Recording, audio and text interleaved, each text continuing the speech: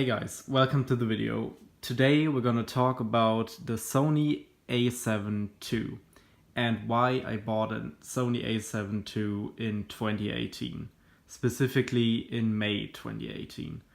A lot of you may wonder why I bought a old camera. I mean, the a7 II is really not the most new model from Sony, but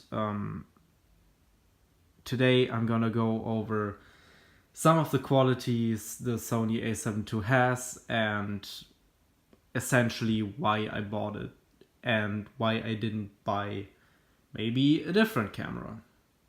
First of all, a quick background information. I bought the a7 II about a week ago, and the camera I had before this one was the Canon 80D. The Canon 80D was my first real DSLR camera. I've been photographing for quite some time now, for about 3 or 4 years, but I never really got into like that whole gear element and that whole element of getting like a really high quality and good camera for photography. I had a Nikon D3000 I think, and then I had a G7X Mark II, and after that G7X Mark II, which I used a lot, I bought the Canon 80D. But the problem with the Canon 80D was that I really didn't use it as much as I thought I would, because it was big. It was like the biggest camera I ever had, and I also used it with a battery grip and with some Canon L glass with a 17 to 40 millimeter f4 L lens, so it was a large camera, and therefore I didn't always take it with me when I went places, when I went traveling, and so it didn't really get a lot of use. I had this camera for 3/4 year since October, and I only had like about 1,000 shots on it, I think, which is really not that much, considering I really photograph a lot normally. So why did I switch from the Canon 80D to the Sony a7 II? There are a few reasons. The first reason, like I said, is the size. The Canon 80D is a full-size DSLR camera, and the Sony a7 II, as you can see, it's a mirrorless camera, and it's the size of a mirrorless camera. It really isn't that big. If you compare it to my hand, it's like a little more than hand-sized, I guess you could say. Most of you probably know how big the Sony a7 series is. So there's a huge difference in size, and another size difference is the size of the sensor. The Canon 80D has a cropped sensor, an APS-C sized sensor, which was always fine to me. It never really bothered me because I didn't know any other sensor size. But since I upgraded to the Sony a7 II, I noticed a huge difference in not necessarily in quality, but in how I perceived my own pictures, because the full frame sensor really captures more. It's like most of the people say, it just really captures more of the image. And so I really enjoy the full frame sensor of the Sony a7 II in the small body of the Sony a7 II. That's one of the main reasons why I switched. The second main reason is videography. I don't always do photography, but I also do videography. And a big part of videography for me is getting really smooth shots. I really love B-roll, and the Canon 80D had no image stabilization whatsoever. Most lenses didn't have it. The lenses with image stabilization for Canon are either really expensive or really crappy. And the Sony a7 II, as you can see, has steady shot inside, so you don't necessarily need image stabilization in your lens. There are a couple lenses for the Sony full frame series which have OSS, which is optical steady shot, but these are also again quite expensive, and I don't think, I mean, it does it makes a difference if you have basically two image stabilizations, once in the body, once in the object in the lens, but it's enough just to have it in the camera itself. I, for example, am currently only using manual lenses with adapters. I use two Canon FD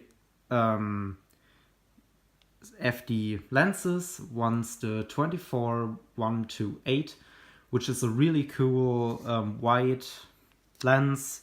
It's really nice for videography, but the thing that kind of bothers me still is that it has an autofocus, which would be quite nice for videography. And the other thing, the other lens is a Canon FD 50mm 1.4, which is an amazing lens.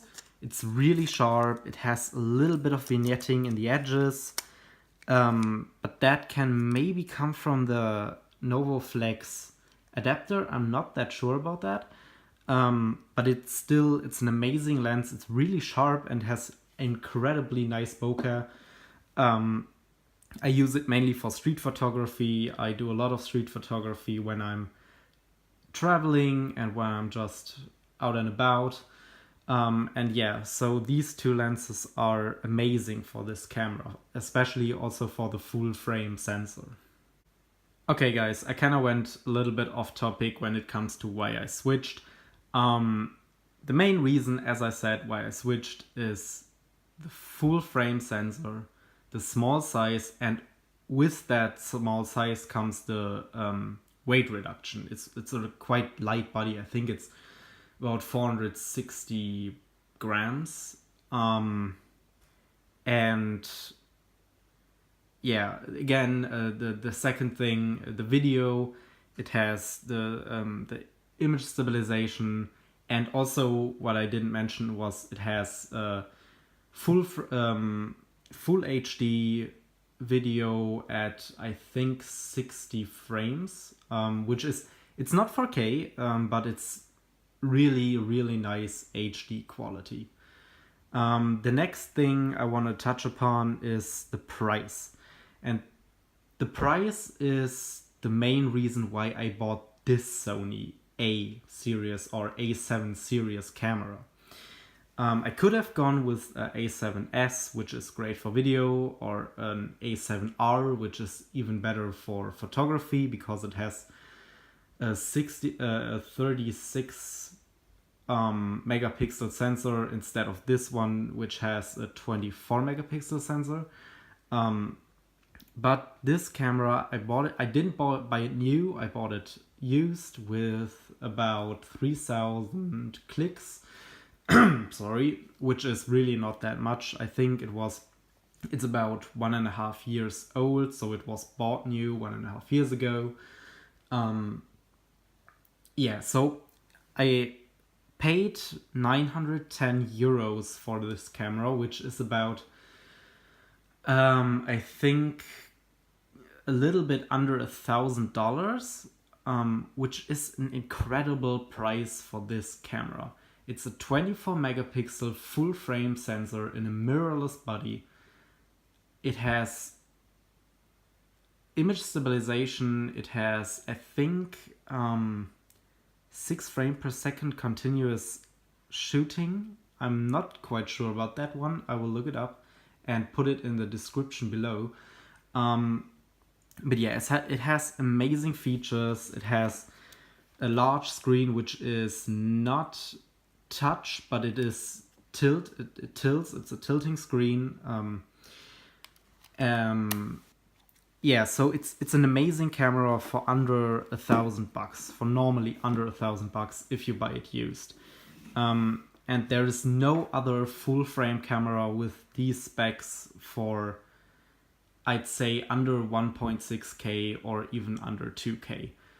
If you look at the Canon series, the 6D Mark II or the 5D series, they are all incredibly expensive cameras if you don't want to get a really old model, which does not nearly compare to the specs of this camera. So yeah, it's incredible bang for your buck. You can't get any better than this one for this price. At least not in the realm of versatility, of video and photo, of quality, and yeah, of price, as I said. So yeah, to conclude this video, I bought this Sony a7 II in 2018 because for under $1,000, it's the best camera you can get currently on the market, in my opinion. It's a full frame sensor, it's small, it's versatile, it's good for photography, it's good for videography, and in my opinion, it's way better than any competitor currently out there for this price. I could have upgraded to a Sony a7R II, which would have been a little more expensive. I think about 500 to 600 euros more expensive when you buy it as used as well. But I think for the budget, for under $1,000, this is just the perfect camera. Yeah, I hope you enjoyed this video. I hope you found it quite entertaining and also informative. If you're thinking about buying a new full frame camera, or in general a mirrorless camera, or just a camera at all, consider your budget always. That's always one of the most important things. And if you think that you have a budget at about $1,000, consider the a7 II. Always do your own research. That's always important. But yeah, I think you can't really go really wrong with this camera. If you enjoyed this video, hit the like button, subscribe to my channel. I have more videos coming up, reviews, camera reviews, lens reviews, but also cinematic footage and short movies, short films if you want to call them. Yeah, check out my first video, the first video on my channel if you want to, and I'll probably upload another review, a lens review soon, and another cinematic video if you're interested in that. So yeah, goodbye, see you soon.